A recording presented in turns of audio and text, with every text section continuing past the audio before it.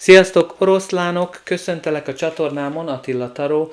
Ebben a videóban azt fogjuk megnézni, hogy novemberben milyen energiákat várhatsz a pénz, karrier és a bőség területén. Mint mindig ez egy általános kirakás, így igazán figyelj oda azokra az üzenetekre, amik relevánsak a számodra, és engedd el azokat, amik nem. De lássunk is hozzá, először is megnézzük az orákulum kártyát, ahol neked itt a kardinális hold jött ki, ami igazán azt mondja, hogy légy bátor, légy merész, és tedd meg az első lépést. Tehát itt lehet, hogy van valami olyan dolog, ahol neked kell először lépted, nem kell arra várni, hogy mások lépjenek.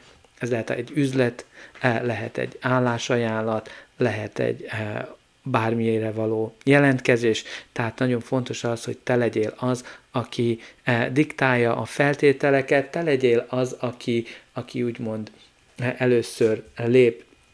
De nézzük meg, hogy miről szól a taró. A kirakásod középpontjában a botokásza van. A botokásza, mint minden ász, valamilyen új kezdetről, új fejezetről szól az életünkbe, ami igazán nagyon akciódús, tehát itt ennek a kártyának az üzenete az, hogy ki a régivel, be az újjal, tehát ilyen szempontból közel áll ahhoz, hogy itt az ideje annak, hogy valamit megtegyél. Alapjába véve ez lehet egy új szikra, egy új ötlet, egy új állásprojekt, vagy pedig egy vállalkozás, amiben belekezdesz, ami nagy-nagy szenvedéllyel kezdődik, tehát sok-sok szenvedély van, de lehetősége van arra, hogy ez a szikrából valamilyen nagy-nagy tűz legyen. Az első lapja a kirakásodnak az a kardok 7-es. A kardok 7-es, hát igazán ez egy nagyon trükkös kártya szó szerint, mert ez a lopás, félrevezetés, csalás, trükközésnek alapja. Tehát ilyen szempontból oda kell figyelni azokra az emberekre, akik nem őszinték veled, mert lehet, hogy valamit el akarnak lopni, el akarják lopni az ötletedet, az állásodat, az üzletedet. Igazán bármit el lehet lopni, tehát oda kell figyelni ezekre az energiákra, ezekre a személyekre. Nagyon fontos az is, hogy itt néhányatoknál azt jelenti, hogy lehet, hogy valamit titokban próbálsz csinálni, lehet, hogy titokban keresel állást, titokban kezded el az új vállalkozásodat. De alapjába véve ez a lap arról is szól, hogy valami újfajta stratégiát kell alkalmaznod az karriered területén, mert amit eddig csináltál, az nem sok mindenre vezetett, tehát ugye azért lopja el az ember a kártyákat, mert a kardokat, mert igazán le akar ülni, beszélni, és diplomáciai úton akarja megoldani a problémákat. Tehát alapjába véve lehet, hogy itt a diplomácia a ti életetekben is fontos, vagy csak egyszerűen az, hogy valami újfajta stratégiát kell alkalmaznod, amikor a munkádról, az üzletedről, a vállalkozásodról van szó.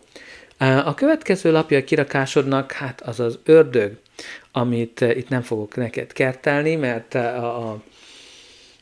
az ördög az mindig a negatív dolgokat hozza ki, tehát különösképpen, hogy a kardok 7-essel érintkezik, nagyon-nagyon oda kell figyelni ebben az időszakban a csalókra, a fényvesztőkre, az ármánykodókra, mert hát ugye az ördög ez megerősíti azt a jelentését a kártyának.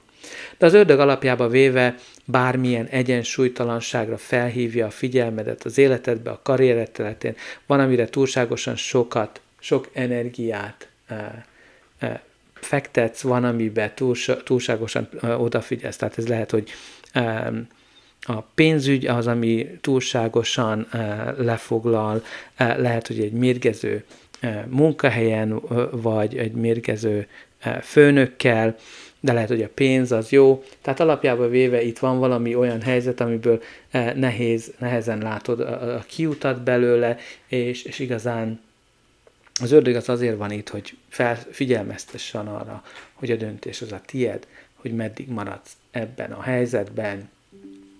A következő lapja a kirakásodnak az a csillag. Tehát a csillag az igazán jelzi itt azt, hogy itt van valami, ami történt, ami megrázó volt az életedbe, és alapjába véve ez a védő kártyáknak az egyike, tehát ha itt valaki ugye próbál téged,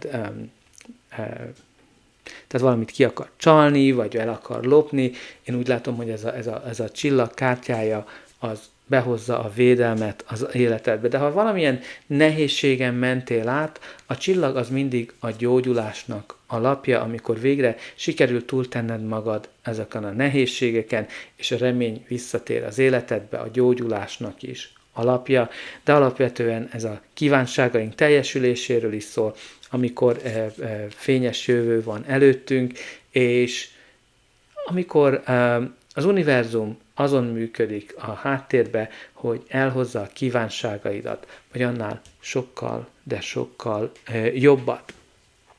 Tehát mindenképpen légy reményteljes. Nos, a következő kártyánk az a botok 5-ös, ami a konfliktus és a versengésnek a lapja.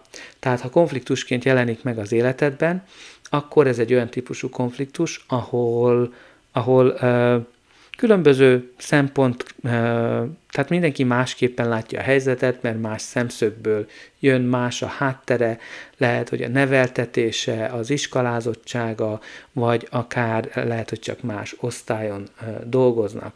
De persze jelenthet egy olyan közeget, ahol sok a versengés, egy olyan céget, egy olyan iparágat, hát és hogyha ugye megnézzük az ördög kardok 7-es és a botok 5-ös kombináció, hát ez egy olyan annyira versengő közeg, ahol ugye mindenki mindent megtesz azért, hogy nyerjen, vagy hogy hogy elsőként jöjjön ki, mert ugye itt a lopás, a lopás, fényvesztés, az mind része annak a versengésnek, amiről ez az cég, iparág szól. Néhányatoknál lehet, hogy valamilyen új pozícióba vagy, és valamit úgymond tanulsz. A következő lapja a kirakásodnak az érmék 5-ös. Tehát az érmék 5-ös az a nehézségeknek a lapja. A pénzügyi nehézségek, a gondok, amikor igazán úgy érzed, hogy kizártak téged valamiből, lehet, hogy elveszítetted az állásodat ezzel az ördög kombinációval, valaki úgymond kicsalt tőled valamit, mert ugye amikor az érmék 5-ös kijön, akkor kirekesztve érezzük magunkat, lehet, hogy pénzügyi problémáink vannak, lehet, hogy nehéz munkát találni, mert a munkaerőpiac jelenleg nem a legjobb. Érmék 5-ösnél ugye fontos az is, hogy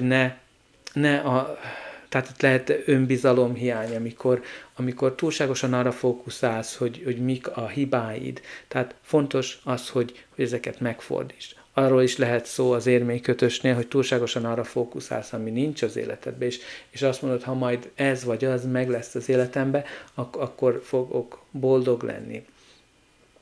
De azzal, hogy mindig arra fókuszálsz, ami nincs, az csak egyre messzebb űzöd ezt a dolgot. Tehát erre a megoldás a hála, ami azt jelenti, hogy minden apró pozitív dologért az életedbe hálás vagy, és ezzel sikerül megfordítani ezt az energiát, amikor a nincstelenségre vagy arra fókuszálunk, ami nincs az életünkbe. De nézzük meg, hogy mi lesz ennek a kirakásnak a végkimenetele, de előtte ne felejts el lájkolni, megosztani, valamint feliratkozni. Azzal mindenképpen jelzed, hogy ez a kirakás segített, és te is segítesz nekem abban, hogy növeljem a csatornát, hogy minél több emberhez eljusson az üzenet. Különösen azokhoz, akiknek szüksége van rá. Ha a hype elérhető, akkor azt is légy szíves, nyomjátok meg. De ne feledkezz el a kommentekről, mindig kíváncsi vagyok arra, hogy hogyan rezonál ez a kirakás a te életedre vonatkozólag, valamint írd be pozitív megerősítéseket. Például itt az, hogy sikerül felismernem a csalókat, a fényvesztőket, valamint azt is, hogy hálás vagyok mindenért az életembe, és sikerül megvalósítani az álmaimat. A következő lapja a kirakásodnak az érmék 10-es, ami nagyon pozitív, mert az érmék 10-es az a sok pénz, a gazdagság és a bőségnek a lapja, amikor sikerül megnövelned pénzedet. És itt néhányatoknál ez akár azt is jelenteti, hogy megduplázod, mert itt az érmék 5-ösről az érmék 10-esre fogsz menni, ami a duplája. Tehát itt valami nagyon jó fog alakulni a számodra. Lehet, hogy egy új állás, egy üzleti lehetőség, vagy valamilyen nyeremény, örökség az, ami bejön, mert ugye ez lehet egy családi vagyon is, úgymond, vagy egy családi vállalkozás is. A következő lap, aminek üzenete van számodra, az az érmék 8-as. Az érmék 8-as az jelzi azt, hogy valamiben nagyon sok energiát fektetsz bele, nagyon sok munkád van benne, ez lehet az álláskeresés, egy vállalkozás, egy projekt, bármi. Nagyon tökéletességre törekszel, nagyon jó szakember vagy, amikor ez a lap kijön. Jelzi azt is, hogy ugye vannak bizonyos dolgok, ami újra ismétlődik az életedbe, tehát ezekre oda kell figyelni, vagy valami ismétlődő ciklusokról. Különösen, hogy itt az ördöggel egy vonalban van, az ördöggel együtt ez jelenthet olyan ismétlődő negatív ciklusokat, amit igazán itt az ideje annak, hogy ezt megtört. A következő lapja a kirakásodnak az az igazságszolgáltatás, ami alapjába véve az egyensúlyról szól, az ördög pedig az egyensúlytalanságról. Tehát azt, amit itt kiesett az egyensúlyból, én úgy gondolom, hogy az igazságszolgáltatással sikerül egyensúlyba hozni, tehát valamit, lehet a pénzügyi helyzetedet, lehet a gondolatokat, bármit, érzéseket.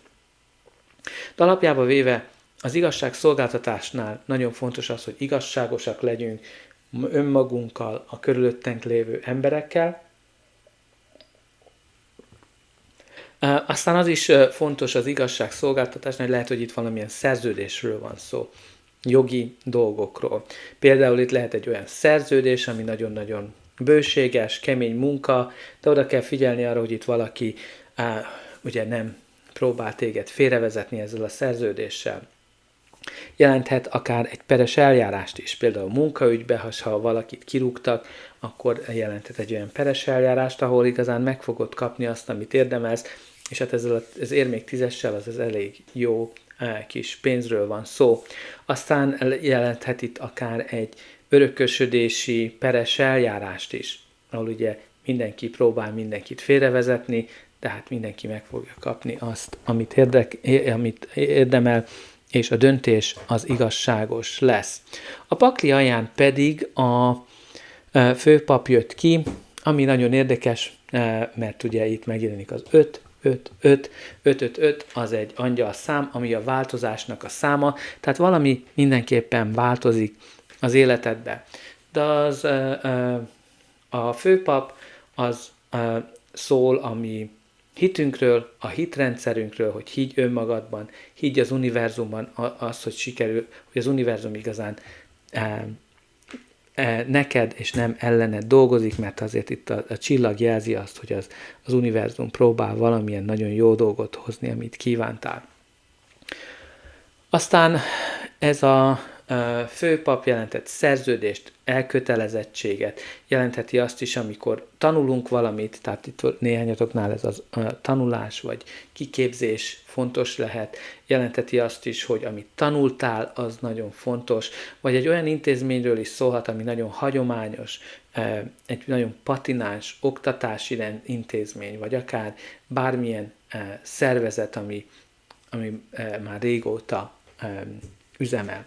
Aztán ebből a pakliból pedig ugyancsak az oktatás jött ki, ami jelzi azt, hogy a tudás az hatalom, tanulás, tanítás, tréning, olvasás, írás, publikálás, kiadás, vagy valaminek, ugye, amikor egy előleget kapsz. Tehát itt néhányatoknál lehet az, hogy valamit sikerül kiadni, amire igazán kapsz valamilyen előleget, lehet, hogy valamilyen oktatási rendszerbe dolgozol, vagy pedig hát ugye mint mondtam, valamit próbálsz kiadni. De nagyon fontos az, hogy ne várj a sült galambra, hanem te legyél az, aki megteszi az első lépést, bármi is lehet a leírt szituáció, amiket említettem.